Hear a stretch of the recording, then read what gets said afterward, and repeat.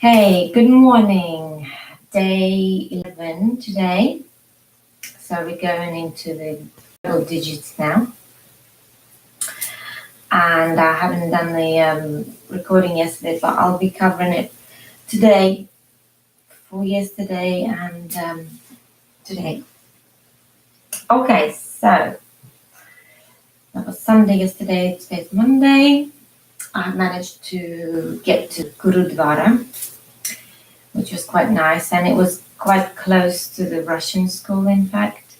So it's kind of okay. Russian school's finished, and I'll go to Gurdwara, and I might end up teaching yoga in Russian school. So I've been already asked to volunteer. The big meet is next Sunday to decide what I'll teach, and then Gurdwara. And I caught myself thinking how I don't really fit anywhere. How I am a Russian who lives in England, Russian person who lives in England, and I am a believer in Sikhism who doesn't really fit in Gurudwara because I just look different. And I'm not baptized Sikh or anything, but I like to wear turban and things like that. And then I was thinking, okay, but I'm also a British citizen who doesn't speak very good English. And I was just discussing this with my husband. So I don't really fit anywhere. I stick out everywhere I go. And he's like, oh, well, but you wouldn't necessarily like to blend in either, which is very true. Yes, so this kind of not fitting in thing I use to my advantage, and I really like to be different, and I really like the fact that people have to really think and ask questions to try and work me out. You know, I kind of like that. I've done the smudging of the house, and it's an interesting house. With the smudging, you decide which way you're going to go, right? The anti-clockwise or clockwise. So anti-clockwise is you clear all the negative energy, and clockwise you charge up with the positive energy. So I decided to go anti-clockwise, and I found myself going one way and then coming straight back to the front door without going upstairs. So the way the house being redone, the energy kind of gets stuck more downstairs, so it needs to be directed upstairs. So one of the doors, I've realized which one it is, has to be shut, so the energy can go around all of the corners of downstairs and then find its way upstairs. So yeah, I'm gonna have to re-cleanse it, and I was getting my fingers burnt as I was finishing it. So I had to jump out to the front of the house and just throw the sage into the ground, burning sage. Oh gosh, that was real interesting.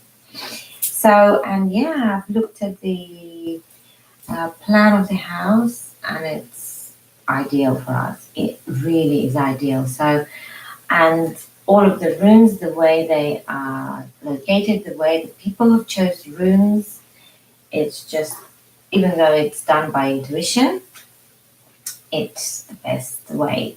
So the best way for the guests, the best way for the children, the best way for us with Chris, and the best way for my office yoga room. So yeah, I was amazed. If you're really intuitive, then you in flow, and you in flow with energy, whether it's feng shui, whether it's other tradition, no matter what. So kind of cool.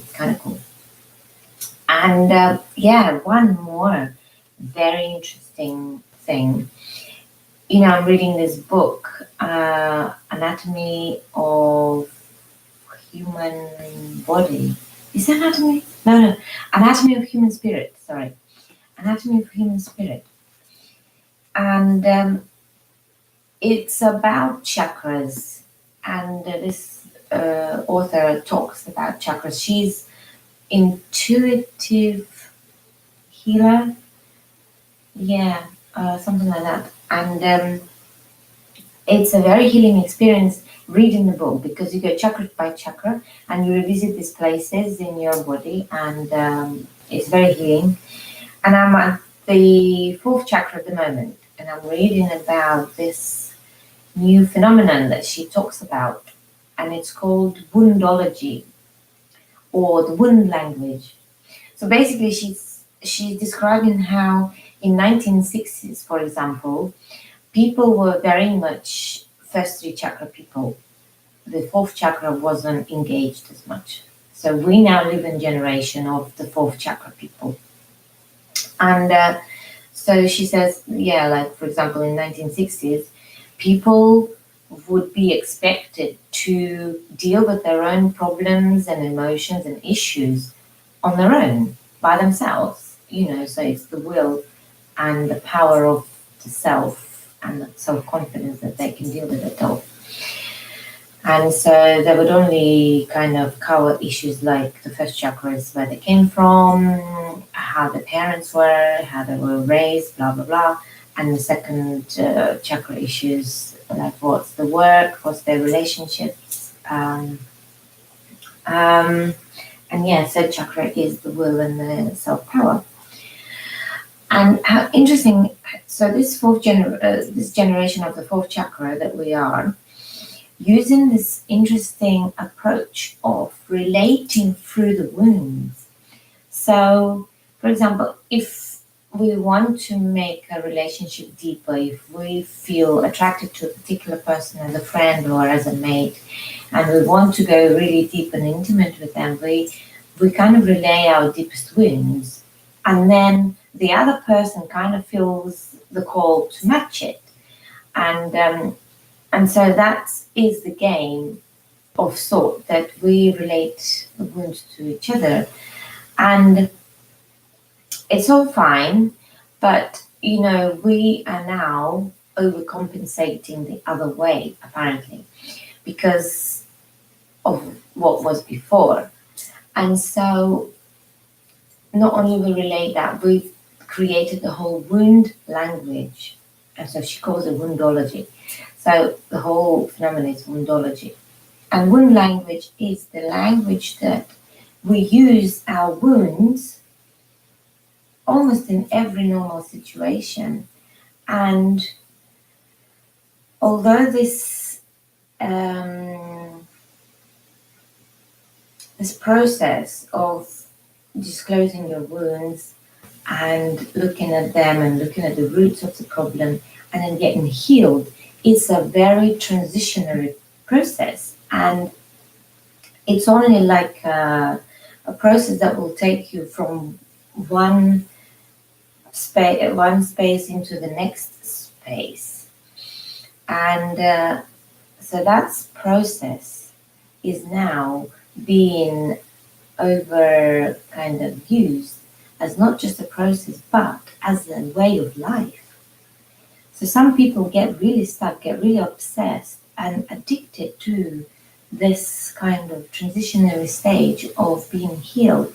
So some people are being healed all the time. So being healed becomes their way of life. So that very much is maybe my way of life. So I've looked at it and I thought, oh, this is very interesting. And another aspect that came up for me was that people like being victims. I like being victim, I played that card so much, especially in my relationship with my husband. And it's almost, I was discussing with him, I was almost like, who's had the worst day? And who is the coolest out of us that managed to cope with that bad day? And it's like a bloody competition. It's like, all right, I've had the worst day and I managed to do it, so therefore I am superior. So it's like really twisted, right? And so I was talking to him last night about it. And I've realized that just the realization of this, that the process of healing doesn't have to be forever. Of course, we go in and out.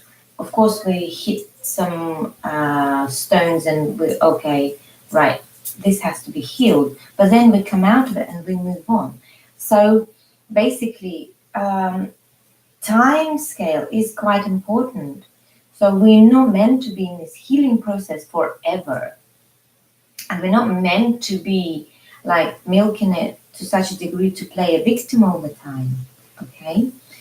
And she was talking.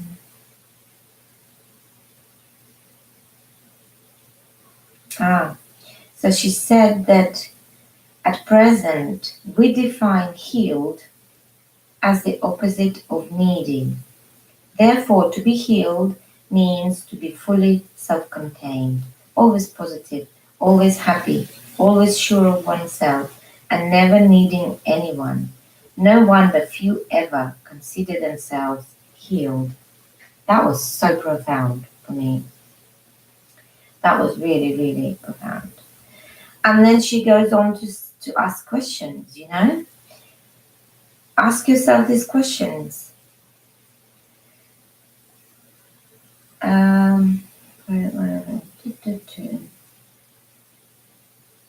Yeah. Have you become a form of wound power within your present life? If you have converted your wounds into power, confront why you might fear healing. As you identify your wounds, have someone witness them and their influence upon your development. Once you have verbalized your wounds, observe how you use them to influence or even control the people around you as well as yourself. So this is the wound power. Do you ever say you are not feeling well because of them in order to cancel an appointment, for instance, when in fact you are feeling fine? Do you ever control another person by saying that his or her actions remind you of your parents? Do you ever give yourself permission to quit something or not try at all by dwelling on your past and therefore encouraging depression?